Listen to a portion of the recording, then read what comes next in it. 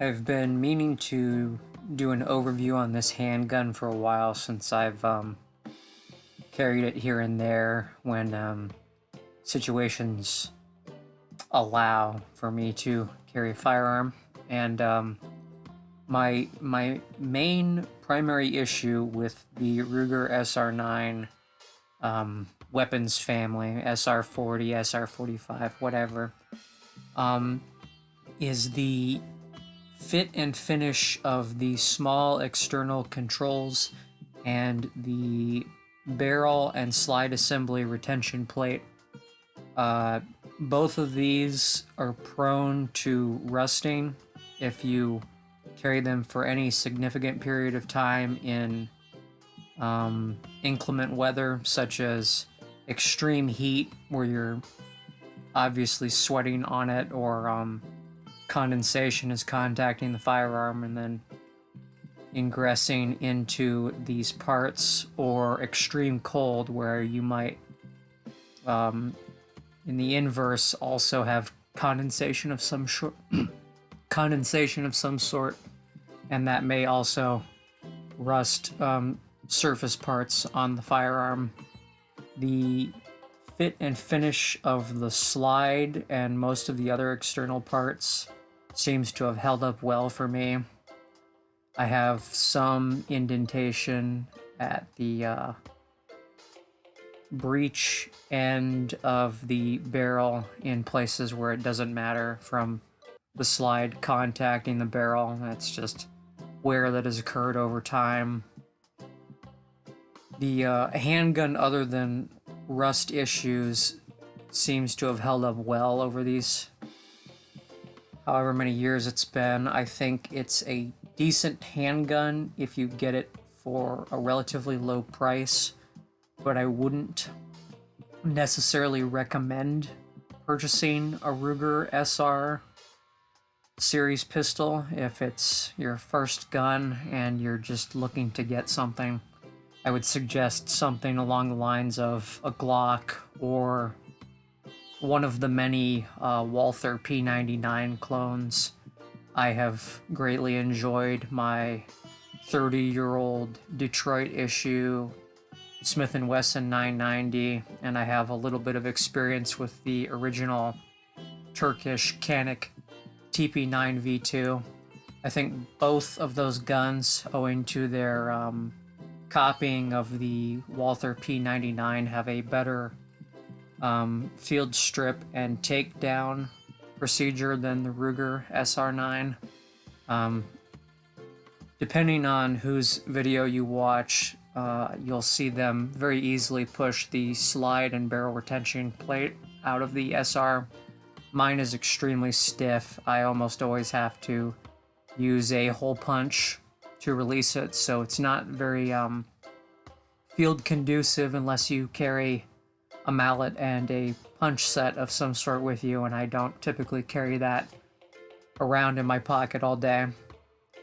The SR9c of all of the SR series would be probably the one I recommend, because it allows you to use the flush 10-round band compliant or conceal carry magazines. Those fit very flush in it. I think they work extremely well, despite only being 10 rounds. But it does not preclude you from using the 17-round standard capacity magazines. If you buy an SR9c new, it should come with a spacer that will go onto one 17-round mag. This spacer has no retention to actually stay on the magazine, so I typically do not use it. If I'm putting a full 17-rounder into the gun, I just let my pinky rest on the bare metal of the magazine. As far as the magazines go, in terms of exposure to field conditions, whatever paint and finish was used on the mags has held up extremely well, with just the usual wear points on areas of contact. I've had no rust issues regarding that. So my suggestion might be, for anyone that owns one of these or has maybe gotten one secondhand, it's got a lot of carry wear and carry rust because people don't maintain their firearms, I would maybe suggest removing the rust from the slide release, safety, lever, and barrel and slide retention plate with toothpaste or whatever your preferred rust removal material is. I use a solid white standard toothpaste and apply it with a toothbrush. Typically, over the course of a few hours or a day or whatever, that will eat most of the surfaced rust, and then you can wipe it right off. I'm sure I've provided an example on screen at this point of where I typically have to apply the toothpaste and what it looks like after you remove it. If not, you could always maybe use the Coca-Cola method, which is dunking a particularly rusty piece of metal into a bath of Coca-Cola, which will then, I forget what the term is, I believe will perform a type of rust bluing where it will molecularly change the rust into a new surface finish. I'm debating on just continuously removing the rust from my gun because it's at the point where anytime I carry it in a humid condition, it begins to rust again. I think enough of whatever the finish on the parts is made up of has worn away from rust exposure, and I'm getting a little tired of cleaning it about every time I carry the thing. So I'm still debating on if I should just paint the part or use the Coca-Cola rust bluing method. If I have any updates with that, I may post them, but at this point I haven't bothered to do either. I'm kind of lazy.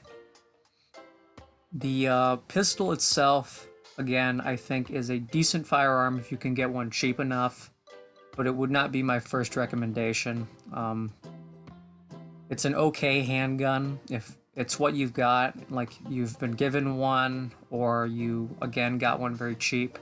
I think it's an entirely serviceable pistol, but if you can just get a Glock or anything that's actually got proper protection of its major operating parts from the elements or your own body sweat, then I would suggest getting that instead.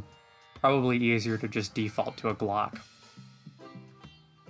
I almost forgot to mention that I have some wear on my loaded chamber indicator, and by wear I mean the rubberized paint used to mark it in red has slowly worn itself away on the left-hand side.